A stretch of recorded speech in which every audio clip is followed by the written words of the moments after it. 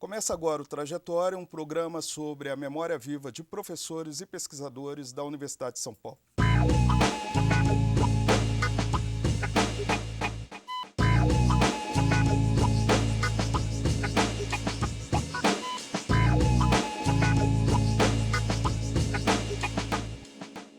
Ela é um dos principais expoentes da terapia ocupacional no Brasil, com reconhecimento internacional. Foi a primeira livre-docente, primeira professora titular de terapia ocupacional da Faculdade de Medicina da USP. Ao longo de sua carreira, vem definindo novas diretrizes para os cursos de terapia ocupacional no país. A entrevistada do Trajetória de hoje é Selma Lankman, professora de terapia ocupacional e chefe do Departamento de Fisioterapia, Fonoaudiologia e Terapia Ocupacional da Faculdade de Medicina da USP. Professora, é um grande prazer tê-la aqui conosco. Prazer é todo meu, eu queria agradecer o convite desde já. É um grande prazer. A sua área é uma área, na verdade, a terapia ocupacional é uma área, um campo novo, né, que surge com muita força na contemporaneidade. O que é terapia ocupacional? Ixi, essa questão é complexa. A terapia ocupacional, ela nasce muito ligada aos o campo da reabilitação física, da reabilitação mental. E ela chega no Brasil, nem é tão nova assim, nos anos 50, com essa pretensão de trabalhar tanto com reabilitação de doentes mentais, quanto de deficientes mentais e deficientes físicos. E ao longo do desenvolvimento dela, ela além de fazer a parte da reabilitação, ela vem se desenvolvendo muito, se direcionando muito para segmentos que teriam, vamos dizer assim, excluir alguma dificuldade de inserção social, ou com problemas relacionados à inserção social. Então, problemas sociais, problemas não só ligados à deficiência, mas ligados a todas as questões ligadas à desfiliação. Pois é, a terapia ocupacional, se ela surge nos anos 50, ela surge logo depois da Segunda Guerra Mundial. Tem alguma associação entre o desenvolvimento, surgimento dessa área e, por exemplo, a guerra, os traumas da guerra, ou mesmo as deficiências provocadas pela guerra? No mundo, sobretudo na Europa e nos Estados Unidos, ela está muito associada aos períodos pós-guerras, ela se alavanca nos períodos pós-guerra. No Brasil, ela chega no momento em que a questão da psiquiatria, dos hospitais psiquiátricos, havia muita preocupação com a atenção dos pacientes psiquiátricos, havia muita questão relacionada a acidente de trabalho, a reabilitação voltada a acidente de trabalho, havia uma época de um surto de poliomielite na década de 50, que também deixou várias pessoas com sequelas.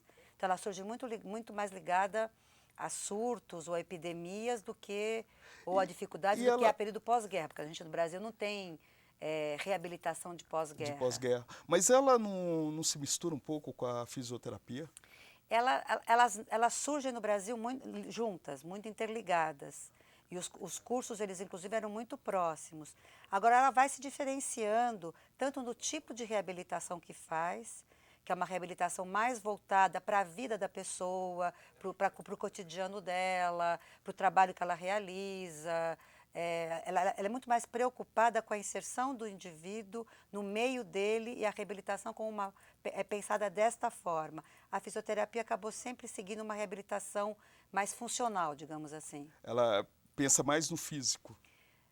E na função. A terapia ocupacional não vai pensar na função pela função, ela vai pensar na função de acordo com para que o indivíduo precisa daquela função. Então, se eu vou pensar que eu preciso reabilitar uma mão, a mão não é qualquer mão. É a mão de um pintor, é a mão de um artesão, é a mão de um... Que uso ele faz daquela mão? Por exemplo, se a terapia ocupacional ela surge no Brasil, né, não com a característica de pós-guerra, mas ela tem um elemento forte, que seria a questão do trabalho, né, que está muito próximo da questão da terapia ocupacional. Isso fez a terapia ocupacional no Brasil diferenciada dos outros países? Olha, o que diferenciou muito a terapia ocupacional dos outros países, eu acho que é essa perspectiva, vamos dizer assim, social que ela ganhou. Porque como a gente, quando vai trabalhar na reabilitação, a gente tem muita dificuldade com todos os aspectos sociais, Por exemplo, você vai trabalhar a reabilitação de um indivíduo, mas a questão da mobilidade dele, da acessibilidade dele para um serviço de reabilitação, para chegar no serviço de reabilitação já é um problema. Então, a gente começa a se preocupar, ou a inserção dele no mercado de trabalho, mesmo que ele esteja reabilitado, é um problema. Então, a gente começa a ter um papel muito mais social, a gente se destaca por se preocupar pelos aspectos sociais, pela cidadania dos deficientes. A gente se envolveu muito na luta antimanicomial, na década que chega no Brasil, no final dos anos 70, início dos anos 80, que pensava novos modelos de atenção psiquiátrica fora dos hospitais psiquiátricos. Então, a gente participou muito disso e da implantação de toda uma rede de serviços extra-hospitalares. Pois é, quando a gente Aí, dentro dessa perspectiva, ela já se diferencia muito da fisioterapia, que acabou adotando um modelo mais próximo do modelo médico e adotando um modelo de reabilitação mais funcional. Porque ela trabalha também na dimensão da ergonomia? Olha, trabalha, embora a ergonomia seja essencialmente uma disciplina multiprofissional, tá? Aqui dentro da USP, quem mais ensina ergonomia é o Departamento de Engenharia de Produção, tá? Mas a gente também trabalha bastante com ergonomia, inclusive com parceria com a própria engenharia de produção, mas a gente trabalha bastante, mas a ergonomia Ela é autônoma, né? Ela é autônoma e ela é multiprofissional. Agora, quando se fala em terapia ocupacional, pegando mesmo a cidade de São Paulo e várias outras cidades, né? As calçadas, elas não têm nenhum tratamento específico, são esburacadas. A acessibilidade, mesmo para a pessoa que não apresenta muitos problemas físicos, também é complicada, provoca muito acidente. A terapia ocupacional, ela possibilita ela produzir diretrizes políticas de mudança no urbano. Olha, a gente pensa isso, mas a gente nunca é pouco chamada para pensar em intervenções urbanas.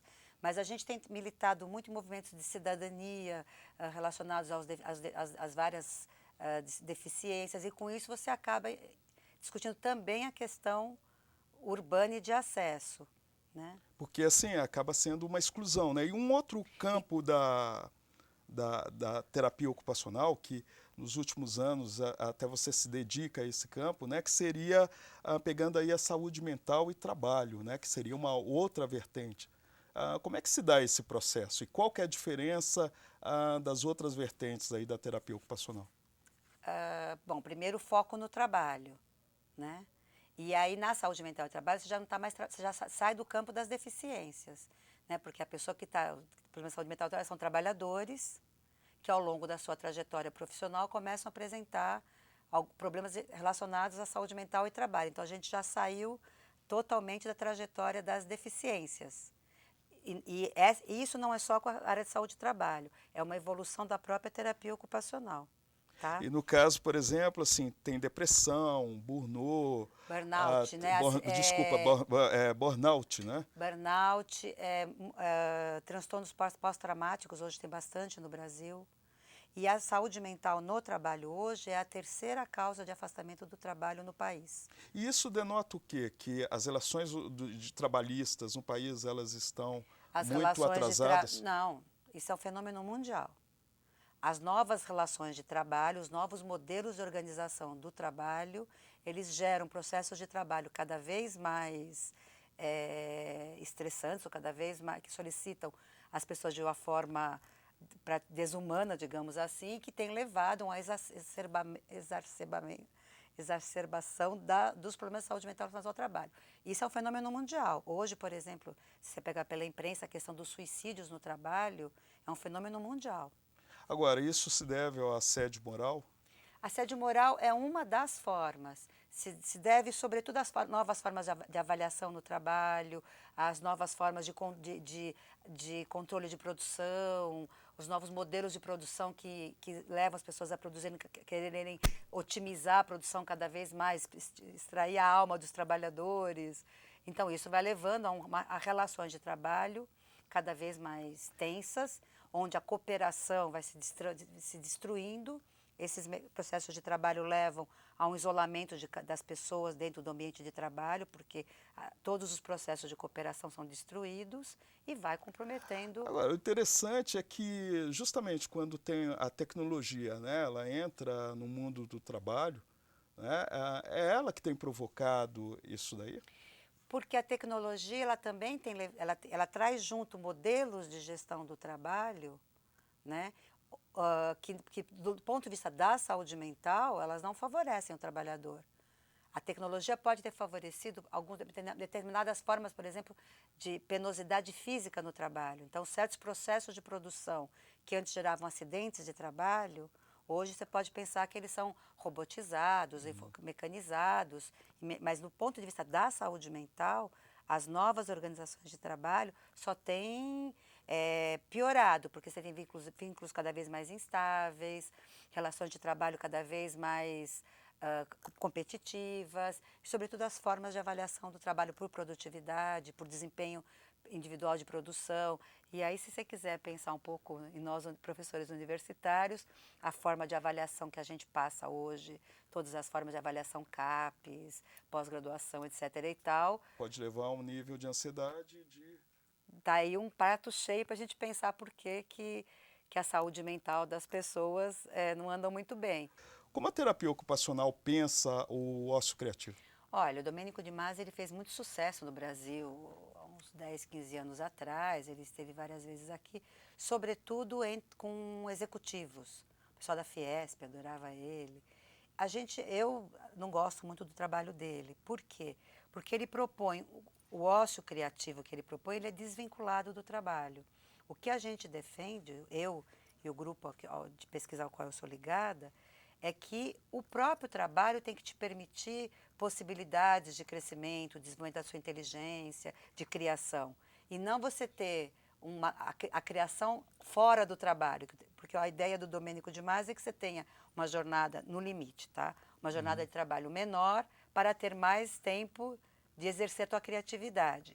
Diminuir a jornada de trabalho, tudo bem, a gente pode até pensar nisso. Mas o trabalho tem que ser em si criativo. Ele tem que estimular a tua criatividade, não ela ser algo externo ao trabalho. E seria talvez essa característica que está adoecendo as pessoas no mundo do trabalho, é a falta de criatividade? Uma das ideias é a falta da possibilidade do exercício da inteligência no trabalho. Você não tem como contribuir com a sua inteligência, com a sua experiência para o desenvolvimento do próprio trabalho.